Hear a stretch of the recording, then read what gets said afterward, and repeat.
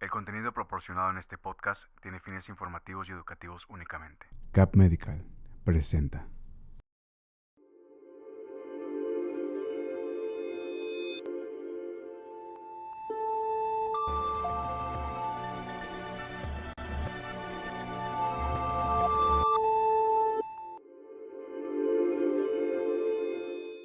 Buenos días, feliz viernes. Un gusto estar desde las redes de Cap Medical una semana más con un nuevo especialista. ¿Y qué podemos decir? Viernes, después de quincena, inicio de mes, inicio de fin de semana. No, este viernes es perfecto. ¿Cómo está, doctor? Muy bien. Buenos Me- días. Muchas gracias por la invitación. no, bienvenido. Me gustaría que se presentara con la audiencia. Yo ya sé que usted es nuestro oncólogo especialista, el doctor Mario Sánchez Prieto, pero me gustaría que usted se presentara. Muy bien, claro. Soy Marilberto Sánchez Prieto, oncólogo médico. Tengo como especialidad dentro del cáncer, veo tumores de piel, de cabeza y cuello, veo tumores de los músculos, de los huesos, del cerebro, de tiroides. Y en esta ocasión vamos a platicar un poco acerca del cáncer de cabeza y cuello. Ok, perfecto. Doctor, pues bienvenido. Yo soy Carla Garza para la audiencia. Vamos a tener esta consulta virtual. El propósito de estas consultas es que esta información fidedigna de un especialista que ha estudiado por años le llegue a alguna persona que lo esté necesitando en el momento de hoy, porque también las redes, si bien ahora ayudan mucho, también luego te metes a Google y dices, me duele la cabeza y cáncer. Sí, entonces hay que ir a la fuente y bueno, empezamos. Doctor, ¿cuál es el porcentaje que hay en México de cáncer de cabeza y cuello? No es muy grande. En realidad el cáncer de cabeza y cuello no es de los cánceres que sean más, que llamen más la atención, que tengan más los focos, Ok, porque muchas veces se diagnostican muy tarde, la gente no se da cuenta de lo que tiene hasta que es muy avanzado. ok, Y aparte que lamentablemente en México no tenemos una buena cultura ni de registro de datos, ni de publicarlos. ok. Entonces, pero por darles un ejemplo, ¿verdad? De la cantidad de pacientes que tenemos es, si veo en la consulta diaria 20 pacientes, al menos 10 tienen cáncer de cabeza y cuello. Wow, sí es Entonces, alto. a pesar de que en la población general no es muy alto, si hay muchos pacientes que tenemos diagnóstico, apenas están haciendo iniciativas para que en México se registre todos los cánceres y tengamos información más adecuada. Pero así para resumen, la mitad de mi consulta es de cáncer de cabeza y cuello. O sea, a lo mejor no es un cáncer como el cáncer de mama, que hay muchísimo porcentaje, pero Pero sí sí es es un... alarmante que la mitad de la consulta tenga este tipo de cáncer, doctor. Ahora, Así es. ¿cuáles son los síntomas que presenta el paciente pues antes de tener el diagnóstico? En cabeza y cuello tenemos como que dos partes importantes, porque depende de dónde nazca es el síntoma que nos va a dar. De los más comunes que tenemos, por ejemplo, en la boca o en la lengua, por lo general empiezan con alguna úlcera, que la paciente se mordió la lengua, por ejemplo, el cachete, esa úlcera se queda ahí, no cierra, empieza a dar más molestias, dolor y se dejan pasar, ¿no? Toman medicamento para el dolor, van con el dentista a veces, no se le da seguimiento inclusive, hasta que la úlcera crece más. Ya cuando encuentran un bulto en el cuello, dicen, ya está pasando algo mal aquí, vamos a retomar el seguimiento. Pero por eso pueden pasar meses o años inclusive. Y la otra parte, cuando empieza el cáncer en la laringe, lo que empieza es con carraspera. Empieza el paciente con una ronquera crónica, mucha gente dice es que es por el tabaco. Lo voy a dejar pasar 3, 4, 5 meses, hasta que ya no pueden respirar y ahí empieza el protocolo de diagnóstico, ya muy tarde. Ok. Ok, doctor. ¿Y por qué se le conoce a este cáncer en específico cabeza y cuello? O sea, ¿por qué no nada más de cuello o por qué no nada más de cabeza? O sea, ¿qué zonas ataca? Sí, porque la célula principal que hace este cáncer se llama célula escamosa Ok, y esa comparte mucha piel, digamos, desde la laringe hasta arriba, faringe, la lengua, inclusive fosas nasales, senos paranasales, todo lo que incluye ese recubrimiento de piel por dentro, por eso le llama así.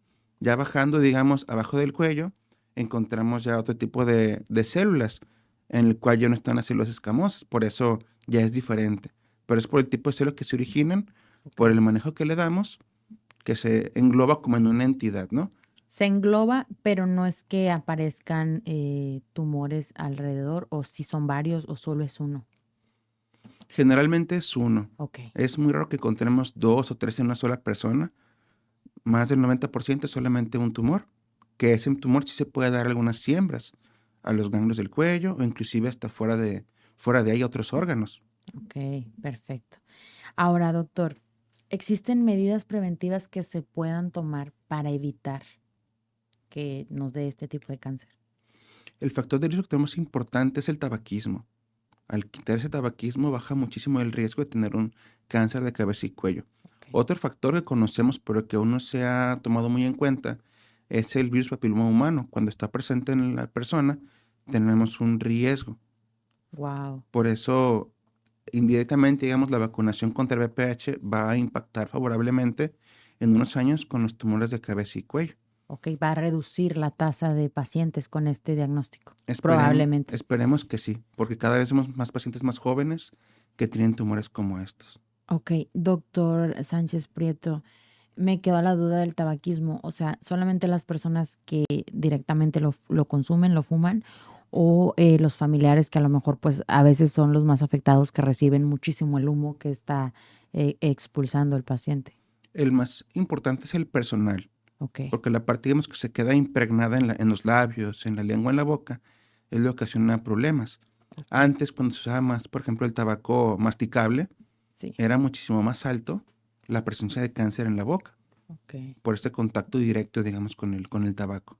ok. Ahora, doctor, em, sí, ahorita usted mencionaba que en la lengua venían unas llagas, como a lo mejor síntomas antes de la enfermedad. ¿Son unas llagas que podamos diferenciar o es como los fuegos que regularmente nos salen? Empiezan muy similar. Ok, Empieza una lesión pequeña, dolorosa. Por ejemplo, las lesiones como esas que platicamos ahorita, como los fuegos, esperamos que se resuelvan solitas en una semana, máximo 15 días.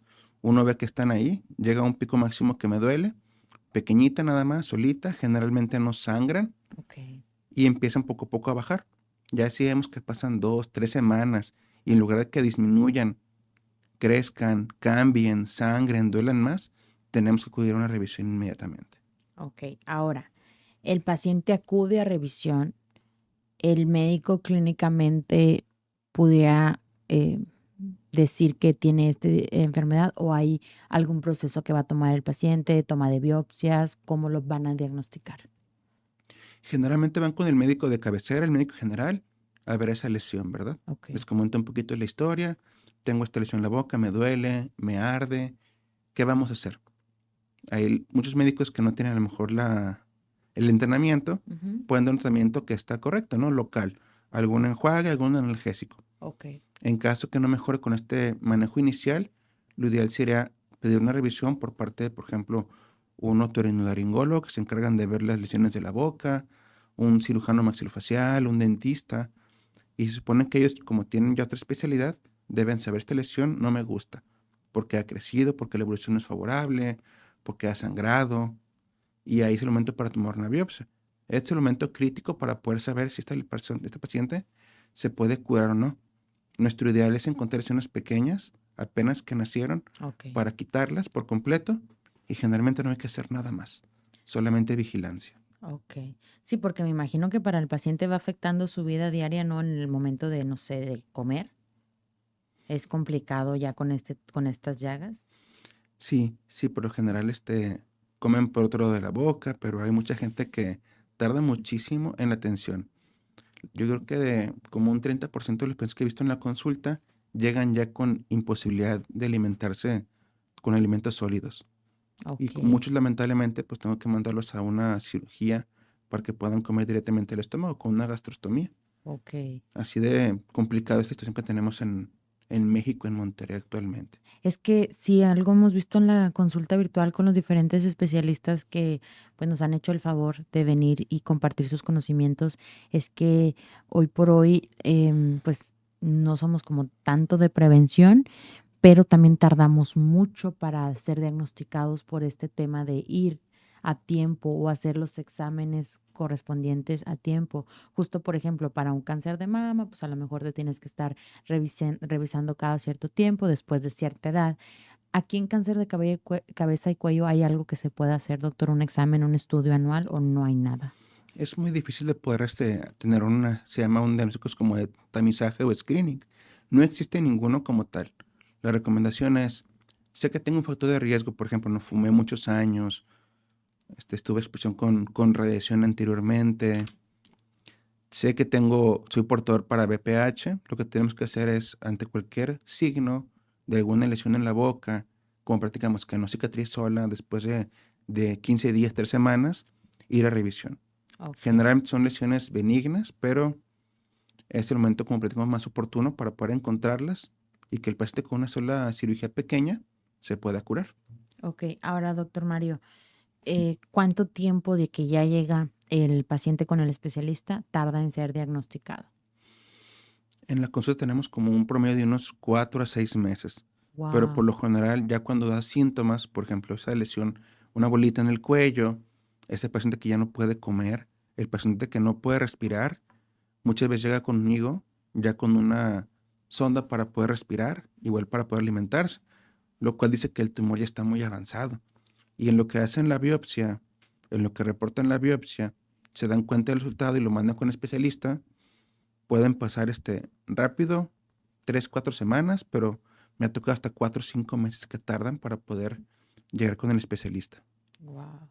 Ahora, doctor, sé que este tema pues no le compete a usted porque usted manda a hacer la biopsia, pero a ver si usted me puede ayudar, porque a veces tardan tanto las biopsias, o sea, 2 semanas, y cuando tú eres el paciente que está enfermo, dices, tienes esta ansiedad de que ya llegue el resultado. ¿Sabría usted por qué? Mucho depende, digamos, de los laboratorios. Ok, Y también es un mundo completamente diferente la atención pública a la atención privada. ok. Quisiéramos que cada paciente con biopsia pudiera hacerse lo más pronto posible. Con un patólogo que tiene ya la experiencia, que tiene ese entrenamiento, me lo puede tener en reporte en 3 días. Wow. Pero, por ejemplo, lamentablemente en muchas instituciones públicas que tenemos, perdón, la biopsia pues pasa a una segunda prioridad y pueden tardar hasta un mes en que reporten esa biopsia. No se dan abasto. Sí. Es imposible a veces por la cantidad de biopsias. Lo otro sí, tenemos que saber hablar con el paciente y comentar, esta es mi prioridad, tengo sospecha de una lesión maligna, busca la atención con esta recomendación porque es lo más importante. Si no tenemos la biopsia, no podemos hacer nada. Ok, perfecto. Ahora, doc, ya llegó a la biopsia. ¿Cuál es el proceso que va a llevar un paciente con cáncer de cabeza y cuello? Lo primero es, ya tenemos la biopsia identificada, seguramente ya quien hizo la biopsia hizo una revisión, digamos, de la boca, de nariz, del sitio de la lesión. Ya revisamos que nada más hay una lesión ahí en ese lugar, por ejemplo, en la lengua. Tenemos que hacer un estudio para saber si esa lesión no ha hecho alguna siembra, alguna metástasis al cuello o a otros órganos. Es el paso número 2. Ok, Ya si vemos que, por ejemplo, la lesión nada más está en el órgano, en la lengua, en el paladar, donde sea, intentaremos quitarla para que se pueda curar el paciente. Si por alguna razón ya el tumor hizo metástasis al cuello, tendremos que revisar con el cirujano. ¿Se puede quitar? ¿No se puede quitar? Aquí tenemos que como que recordar también para quienes nos ven que el tratamiento para curación número 1 es la cirugía. ok. Se quita el tumor por completo, el paciente se puede curar. Pensaríamos que la quimioterapia, o sea, es como un mito. En este caso, la quimioterapia nos apoya solamente para algunos pacientes a que el tumor no crezca, a que, por ejemplo, a los pacientes que no pueden operar, se les puede dar radiación para que se queme el tumor. Algunos, la quimioterapia apoya la radiación. Y la otra que lamentablemente me toca mucho ver es que la quimioterapia en etapas más avanzadas únicamente sirve para que tengamos al paciente controlado, que el tumor no crezca, no avance, dar calidad de vida, mejorar síntomas, quitar dolor, pero sería tratamiento por tiempo indefinido. Ya no Ok, sería para curación. ok. Ahora, doctor Mario, ¿cuáles especialistas pudieran estar involucrados en el proceso de un paciente con cáncer de cabeza y cuello? Aparte del oncólogo, claro. El que más me apoya para diagnóstico es el otorrinolaringólogo. Generalmente él ve lesiones de la boca, él las diagnostica y me las envía para una opinión. Ya con la biopsia, es como digamos en porcentaje el personal o el compañero que más me apoya para diagnósticos. Hay unos cirujanos dentistas que hacen el diagnóstico, ven una lesión por ejemplo en la encía, la ven sospechosa, le toman biopsia y la envían conmigo. Ok, Pero en el equipo, quien más me ayuda, como platicamos, para un tratamiento de curación, es el cirujano oncólogo. ok, Él me puede apoyar para que el tratamiento que le demos sea que se cure el paciente. ok, En caso que no se pueda hacer eso, otro miembro muy importante de mi equipo es el radiooncólogo, porque él también puede curar al paciente con radiaciones, si la enfermedad no es muy extensa. Son los más importantes porque ellos pueden curar el cáncer. ok. Y Es en que, sí, sí, perdón que lo interrumpa. no, Es que esa cultura junto con las consultas virtuales es lo que queremos, que la gente sepa que no es nada más un doctor, que muchas veces va a ser un equipo multidisciplinario, integral, que el oncólogo se va a apoyar con el oncocirujano, con el radioonco, porque a veces es desde nuestra ignorancia, se lo comento porque pues mi mamá tuvo cáncer. Pues él es doctor, o sea, porque él no hace todo, porque quiere otro doctor, pero es la especialidad específica y el equipo multidisciplinario lo que llevan muchas veces a que el paciente se cure en algunos casos. ¿Sí, doctor? así es. Ok, Sí, en este caso, por ejemplo, mi rol es como líder, ¿no? Como guiar al paciente, ¿qué tenemos que hacer? Mi trabajo como oncólogo es, veo al paciente, tenemos este diagnóstico, el plan a seguir es esto, y ponemos los puntos. Se va a hacer la tomografía, depende de cómo esté, lo voy a mandar con el cirujano, no se puede hacer la operación, lo mando con el médico de radiooncólogo, y yo coordino esa parte. ¿Qué tenemos que hacer por el bien mejor del paciente? Y claro, si voy a platicar con el cirujano, ya antes tengo alguna evidencia, nos juntamos para platicar el caso, revisamos de lesiones y platicamos con el paciente. La ok, cirugía es la mejor opción. O si nos comenta, ¿sabe qué? No quiero cirugía, no quiero radiación. Bueno, mi trabajo es buscar el plan B y el plan C.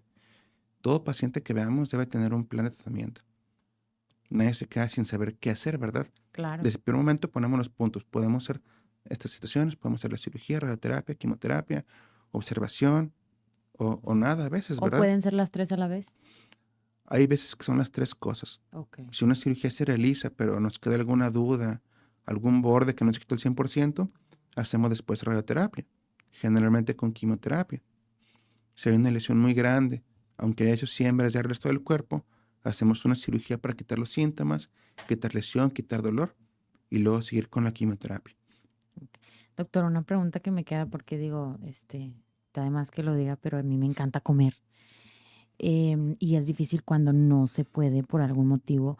Con el tratamiento el paciente pudiese volver a como sanar esas heridas de la lengua o de la boca y comer otra vez, como llevar una vida normal o ya no se curan.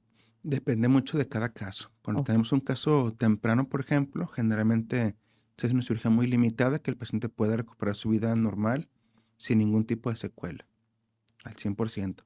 En enfermedades más avanzadas, por ejemplo, que afectan la laringe, que digamos que tengo que quitarla, a lo mejor el paciente ya no puede hablar. Una lesión muy grande que esté, por ejemplo, en la lengua, en la parte posterior, cerquita, digamos, de como la raíz de la lengua, que no podamos quitar, el paciente no puede comer. Y si me dicen, es que la lesión es muy grande, no la puedo quitar, no se puede aplicar radiaciones. La quimioterapia, cuando no funciona, el paciente no puede comer. Y sí es una cosa de las que tenemos más tristes que ver. Ese sí, manejo de una cirugía muy grande, muy amplia, con mucho riesgo. Pero como oncólogo pensamos como número uno en preservar la vida claro, y como número dos la función de que el paciente pueda comer. Pero claro que nos duele mucho que el paciente no pueda comer.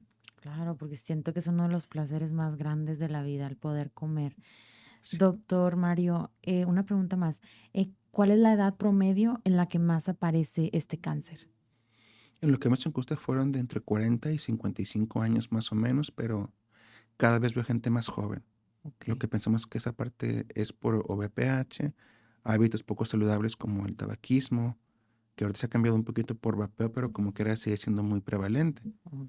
Pero sí he Que de hecho tocado, debería después a tocar el tema de qué tanto puede afectar el vapeo, porque hay tantos mitos y realidades y estaría genial. sí, pero por ejemplo, he visto pacientes con tumores de la lengua de 21 o 22 años, que antes era impensable, cuando esperamos verlo como los 50, 55 años. Sí, justo por eso le pregunto, porque eh, tuve un conocido muy cercano que a los 20 años tuvo este tumor en la lengua y incluso aunque se lo llevaron a Estados Unidos, no hubo mucho que se pudo hacer, pero justo porque la prevención es tan importante, doctor Mario, y a veces, pues lo dejamos para después porque el trabajo, las ocupaciones, la vida diaria, pero sí es muy importante que no, a veces como pues no queremos dramatizar ni asustar tampoco a la audiencia, pero sí de que, oye, no lo tomes como es una lesión en el cuerpo. O sea, siento que el cuerpo da señales y la lesión está ahí por algo, para mostrarnos algo. Ujú. Sí, como otros cáncer que no dan síntomas que sea muy tarde, estos sí dan síntomas de muy temprano. Y como no tiene ese reflector por salud pública, se suele dejar pasar. Sí es muy importante hacer conciencia, cada quien desde nuestro trabajo, nuestro lugar laboral, de ser consciente de la población de este tipo de enfermedades, cuándo tienen que acudir a revisión, cuándo no tienen que preocuparse, porque son de esos tumores que si encontramos temprano, muy pequeños, la curación es altísima Ok. y que Y pueden eso nos da dejar, esperanza. muchas secuelas, como las que platicamos ahorita, Sí. que puede el paciente cambiarle completamente el estilo de vida. Sin duda. Doctor, se nos está acabando el tiempo de la consulta virtual y se ha ido rapidísimo porque hemos estado conectados platicando. Y pues una pregunta más desde la experiencia que tiene usted con tantos pacientes, mitad de la consulta, ¿qué mensaje les pudiera dar a lo mejor a las personas que ahorita están enfrentando el diagnóstico de cabeza y cuello? Que tenemos mucho que hacer. Todo el equipo que tenemos para tratar al paciente queremos verlos de la mejor manera posible, a veces con medidas un poquito arriesgadas, agresivas, pero lo que deben saber es que no vamos a hacer jamás nada que haga más daño que la enfermedad ya tenemos. Todos como equipo tenemos alternativas por hacer, siempre tenemos algo que ofrecer al paciente, sea para curación, sea para tratamiento de algún síntoma de molestias, quitar algún malestar, mejorar el estilo de vida, la calidad de vida. Hay quien no puede ver, por ejemplo, que puedan recuperar la voz, ya sea de forma artificial o de otro tipo de rehabilitación vocal. Entonces siempre tenemos cosas que hacer. Ok. Por poquito o mucho que sea, siempre podemos ayudar con algo a los pacientes. Que tengan esa tranquilidad, confianza y apertura. Que cualquier duda que tengan, sea personal, sea física, emocional, nos lo hagan saber para poder aclararlo. Todos estamos para ayudar solamente. Nos debemos a ustedes. Y nos alegra tener cada vez más especialistas tan empáticos como usted, porque lo conozco fuera de cámaras y sé lo que le apasiona este tema y sus pacientes. Gracias por su labor diaria, que sé que no es fácil. Se enfrenta día a día con noticias fuertes y el dolor y todo, pero ahí está dando lucha. Es lo que podemos hacer. Lo poquito o mucho es con todo gusto. Gracias, doctor. Bueno, pues nos despedimos esta semana. Gracias por haber estado con nosotros. Esperamos tenerlo más seguido, doctor. Estuvo muy padre el tema. Y bueno, nos despedimos de las redes de Cap Medical. Gracias a quienes nos sintonizaron. Si tienen preguntas para el doctor Mario, lo pueden dejar ahí en las redes de Cap, próximamente ya en las redes del doctor Mario.